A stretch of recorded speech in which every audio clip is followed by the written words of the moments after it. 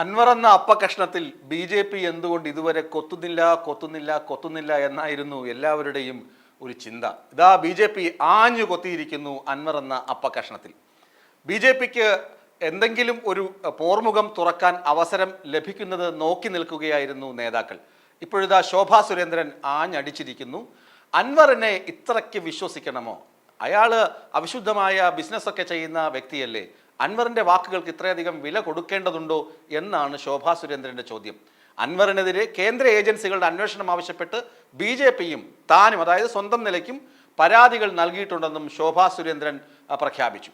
ശോഭാ സുരേന്ദ്രൻ്റെ ഈ പ്രഖ്യാപനം വൈകിപ്പോയോ അല്ലെങ്കിൽ വൈകിപ്പോയി എന്ന് മലയാളികൾ തെറ്റിദ്ധരിച്ചാൽ യാതൊന്നും പറയാൻ കഴിയുകയില്ല. കാരണം അമ്പലത്തിലെ പൂരം, തൃശ്ശൂർ പൂരം കലക്കിയത് മുതൽ എം.ആർ. അജിത് കുമാറിൻ്റെ RSS ബാന്ധവം, ഇതൊക്കെ പ്രതിപക്ഷ നേതാവും അതുപോലെ തന്നെ PV അൻവറും ഉന്നയിച്ചു കൊണ്ടുവരുമ്പോൾ ഈ കാര്യത്തിൽ ബി.ജെ.പി.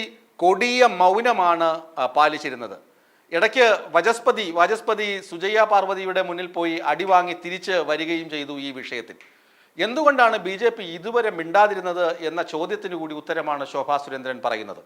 ശോഭാ സുരേന്ദ്രൻ പറയുന്നു, ബി.ജെ.പിയുടെ തെരഞ്ഞെടുപ്പ് നേട്ടം, അതായത് സുരേഷ് ഗോപിയുടെ വിജയം, അതുപോലെ തന്നെ ഇനി വരാനിരിക്കുന്ന തെരഞ്ഞെടുപ്പുകളിൽ ബി.ജെ.പി. ഉണ്ടാക്കാൻ പോകുന്ന നേട്ടങ്ങൾ, അതിൻ്റെയൊക്കെ കടക്കൽ കത്തിവെക്കുന്നതാണ് PV അൻവറിൻ്റെ ആരോപണങ്ങൾ എന്നാണ്.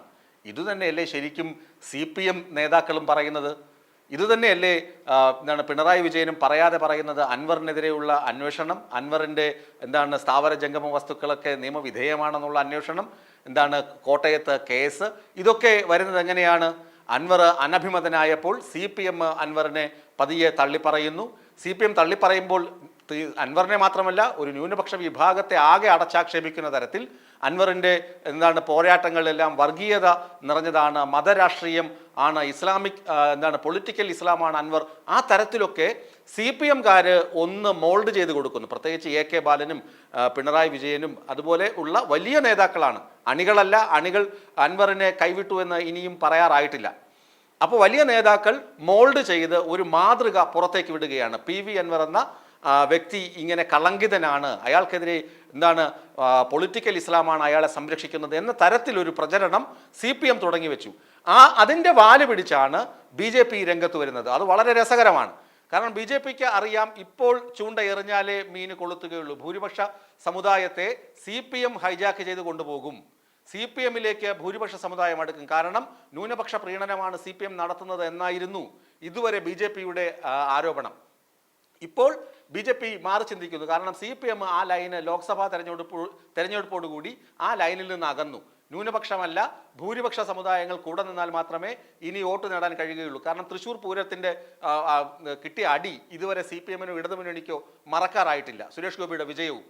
അത് മനസ്സിലാക്കിയിട്ടാണ് ശോഭാ സുരേന്ദ്രൻ രംഗത്ത് വരുന്നത്. കാരണം ഒരിക്കലും ഈ ഭൂരിപക്ഷം വരുന്ന ഹിന്ദു വോട്ടർമാർ CPMൽ കേന്ദ്രീകരിക്കാൻ പാടില്ല. അത് ബി.ജെ.പിക്ക് തന്നെ ലഭിക്കണം. അതിന് അവരെന്ത് കളിയും കളിക്കും. അതുകൊണ്ടാണ് പറഞ്ഞത് അൻവർ കളങ്കിതനാണ്, അൻവറിൻ്റെ വാക്കുകൾക്ക് ഇത്രയധികം വില കൊടുക്കേണ്ടതുണ്ടോ എന്ന് ചോദിക്കുമ്പോൾ CPMനെ ഒരു പരിധിവരെ ബി.ജെ.പി. അൻവറിനെതിരെയുള്ള പോരാട്ടത്തിൽ പിന്തുണയ്ക്കുന്നു എന്ന് അർത്ഥം വരുന്നു. അതേ അവസരം തന്നെ അൻവറിനെതിരെ CPM മാത്രമല്ല ബി.ജെ.പിയും രംഗത്തുണ്ട് എന്ന ധ്വനിയും വരുന്നുണ്ട്. ഇതിൽ നിന്ന് മനസ്സിലാക്കേണ്ടത് അൻവർ ഉയർത്തിയ ആശയം, അൻവർ പറഞ്ഞതാണ് ശരി എന്ന് പൊതുജനത്തിന് ബോധ്യമാകുന്നു. CPMഉം ബി.ജെ.പിയും തമ്മിലുള്ള ഒരു അന്തർധാര സജീവമായി കേരളത്തിലുണ്ട്. അതാണ് പ്രശ്നങ്ങൾക്ക് കാരണം. അതാണ് മുഖ്യമന്ത്രിയുടെ ഇടനിലക്കാരനായ എം.ആർ. അജിത് കുമാർ RSS നേതാക്കളെ കാണാനുണ്ടായ സാഹചര്യം. അതിനെ ഇടതുമുന്നണിയിലെ തന്നെ CPI വിമർശിച്ചിട്ട് പോലും മുഖ്യമന്ത്രി അജിത് കുമാറിനെതിരെ നടപടിയെടുക്കാത്ത സംഭവം, ഇതെല്ലാം ചേർത്ത് വായിക്കുമ്പോൾ ബി.ജെ.പിയും CPMഉം തമ്മിലുള്ള ഒരു ധാരണ ഉണ്ട് എന്ന് വ്യക്തമാകുന്നു. അത് തന്നെയാണ് അൻവർ ചൂണ്ടിക്കാട്ടിയത്. ശോഭാ സുരേന്ദ്രൻ ഇന്ന് അത് പറയാതെ തന്നെ പറഞ്ഞ് വെളിപ്പെടുത്തുകയും ചെയ്തു. ഈ വീഡിയോ നിങ്ങൾക്ക് ഇഷ്ടമായാൽ ലൈക്ക് ചെയ്യുക. കൂടുതൽ വീഡിയോകൾക്കായി യോഗനാഥം ന്യൂസ് ചാനൽ സബ്സ്ക്രൈബ് ചെയ്യുക.